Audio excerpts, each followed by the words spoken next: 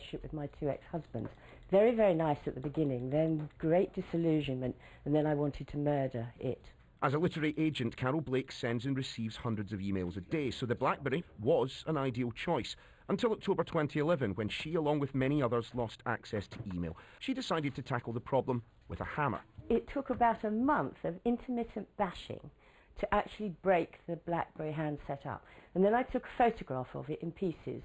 Then I threw it away, and that was the end of it. That was it. That was a satisfying end.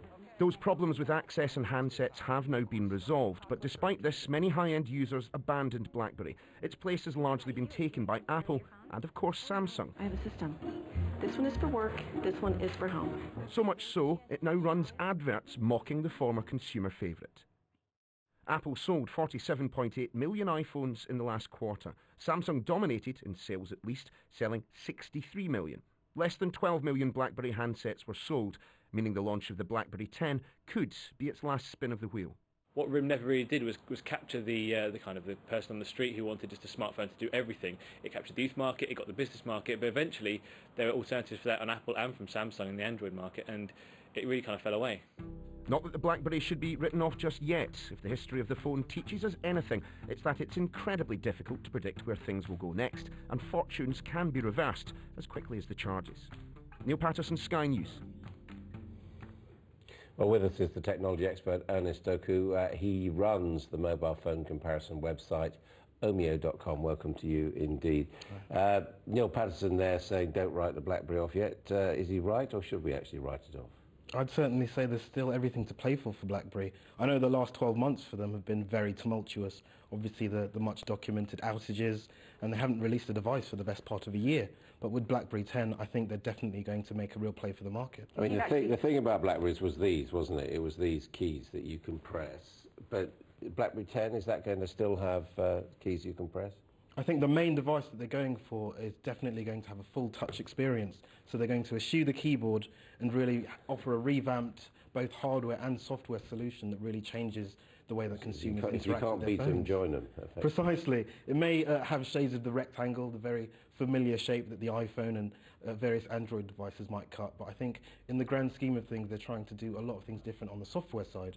With their BlackBerry Flow, you can move quickly and easily between different applications. It's trying to really revamp the BlackBerry brand both inside and out. Is it not a risky move getting rid of the keys and making it touchscreen? Because from my experience, you're either a BlackBerry user or an iPhone user. The two do not mix. Are they not alienating their customer base at the moment who like being able to press keys and don't like all that touchscreen? Oh, it's definitely an incredibly risky and bold strategy to go for a full touch device. As you mentioned, a lot of both corporate and sort of man-on-the-street customers very much favour the physical keyboard experience. However, their new software is very elegantly designed and is supposed to really emulate all of the mainstays of having that physical keyboard. It's got predictive text that really knows what you're going to say next, and you can easily swipe up the next word that's in a sentence that you're going to create. So it's supposed to learn as it goes along how you are, what you write, and who you speak to. So you've actually seen this handset and had a play with it. It's been described as the last roll of the dice for BlackBerry. Is this really going to revive the brand, do you think? I think, having seen the work in progress that they had, it was very, very impressive. It's definitely something different from the iPhone and Android, and that's essentially what they need to do in the market. I think from uswitch.com, a lot of consumers, they're very, very savvy when it comes to price. If BlackBerry and the networks and the retailers can price it correctly, it could really shake things up in the market. RM RIM, I don't know what they call themselves, but they're Canadian, right? Yes. And BlackBerry obviously, and Apple obviously is American. But am I right in saying that the real world leader is Samsung?